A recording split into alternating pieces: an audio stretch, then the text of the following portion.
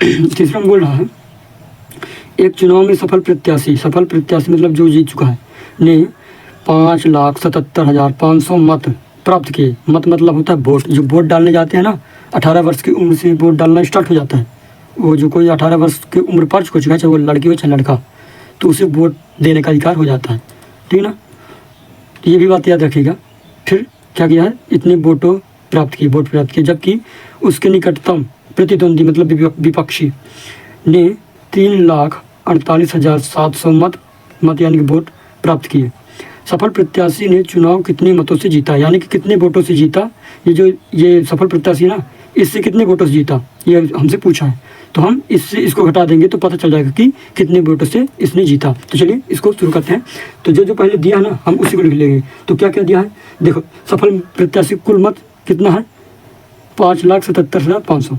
और जो प्रतिद्वंदी प्रत्याशी उसको कितना है, 3,48,700 वोट है। ठीक ना, तो इन दोनों को हम लिख लेंगे कुछ इस प्रकार से। तब क्या करेंगे, इसको इससे घटाएंगे। तो चलिए घटाते हैं। इसको हम यहाँ पास लिख लेते हैं, एक सेकेंड। तो इसको इस प्रकार से घटाना। याद रखिए, जब आप संख्या लिखें ना, तो आगे पीछे नहीं होना चाहिए। ये संख्या इसके नीचे बराबर में नहीं तो अन्यथा कोई क्या होता है कि ये 3 इधर पास लिखना चाहिए तो वो कहीं और लिख देगा। तो इस तरह में जब जोड़ घटाओगे तो घिच-पिच हो जाएगा। तो एकदम बराबर में आना चाहिए। अगर मान के चलो केवल ये 3 अंक ना, ये तीसरा ना होता ना, तो हम यहीं से स्टार्ट करते हैं। ये नहीं कि हम यहाँ 4 लिख दें फिर इस तरह करके, नहीं, गलत हो जाता। तो चलिए घटाते हैं। 0 में से 0 गए तो कुछ नहीं बचा, 0 में से 0 गए तो कुछ नहीं। अब 5 में से 7 घटाओ तो बोल रहा कि मैं 5 बहुत छोटा हूँ, नहीं घटूंगा। तो बोल रहा कि मैं इससे मदद मांगूँ। तो जब ये 7 था, इसको दे देगा तो 6 बचेगा ना। जब इसको दे देगा एक, तो इधर पास से खड़ा हो जाएगा। तो आपको सोच के चलना है कि इधर पास है तो कितना कहना वो 15 कहना होगा। अब 15 में से जब 7 घटाएंगे तो आपको कितना आएगा, 8 आएगा।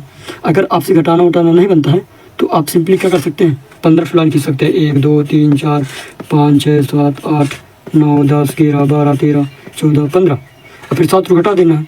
7 1 2 3 4 5 6 7। अब ये तो घट गए ना पूरे। अब देख लो कितने बचा है, 1 2 3 4 5 6 7 8, यानी कि 8 बचा है।